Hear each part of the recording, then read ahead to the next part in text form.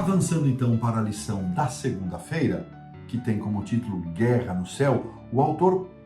deixa de lado um pouquinho aqui os eventos do livro de Josué para mostrar para nós e entrar numa outra área de análise que vão nos subsidiar e vão nos dar compreensão às respostas levantadas ali na lição do sábado à tarde. Como é que nós harmonizamos um Deus de amor, um Deus de misericórdia e bondade com um Deus guerreiro, um Deus que ordena a morte daquelas nações e um Deus que se apresenta como guerreiro e ele mesmo vai à frente, se apresenta como o comandante e o príncipe do exército do Senhor. Vamos então buscar essas respostas, começando aqui na lição da segunda-feira. E o autor traz para nós a recordação dos eventos de Isaías 14 e de Ezequiel 28, que nos lembram a primeira guerra, a guerra no céu. E aqui o autor vai justificar mais uma vez que Isaías e Ezequiel se referem à origem desse conflito, embora alguns estudiosos tentem restringir o texto bíblico aos personagens locais de Babilônia e Tiro. No entanto, o autor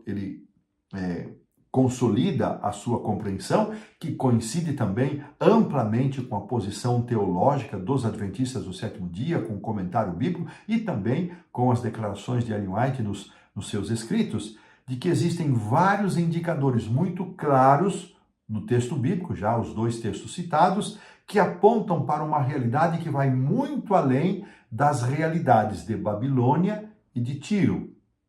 Esses personagens ali mencionados, eles apontam muito além dos reinos literais que eles representavam. Isaías apresenta uma sátira, Isaías 14:4, ou uma parábola que transmite um significado que vai além daquele contexto histórico imediato. E no caso de Ezequiel, da mesma maneira, faz uma distinção entre o governador, ou governante de Tiro, 28:2, e o rei de Tiro, 28:11, onde o príncipe que estava ativo no domínio terrestre se torna um símbolo de um rei que atua no domínio celestial. Então, nós temos que entender estes dois relatos que vão apontar para o início do conflito cósmico no céu, como sendo os textos guia, os textos que nos levam a essa compreensão, além de Apocalipse capítulo 12. Mas o autor usa Isaías 14 e Ezequiel 28. Ele menciona também Daniel capítulo 10, aquele cenário onde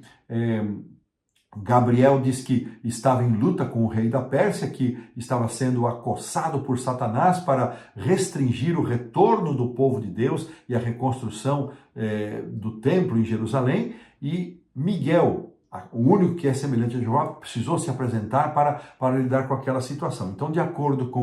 com esse texto de Daniel, esses seres celestiais rebeldes, eles estavam tentando impedir o cumprimento dos propósitos de Deus na terra. É à luz dessa conexão, irmãos, entre o céu e a terra, que nós precisamos entender as guerras de Israel ordenadas por Deus. Então, o autor está propondo que a única maneira segura de nós entendermos esta atuação de um Deus guerreiro, destas guerras de Israel contra aquelas nações, é se nós colocarmos isso num ambiente maior, que é o ambiente do grande conflito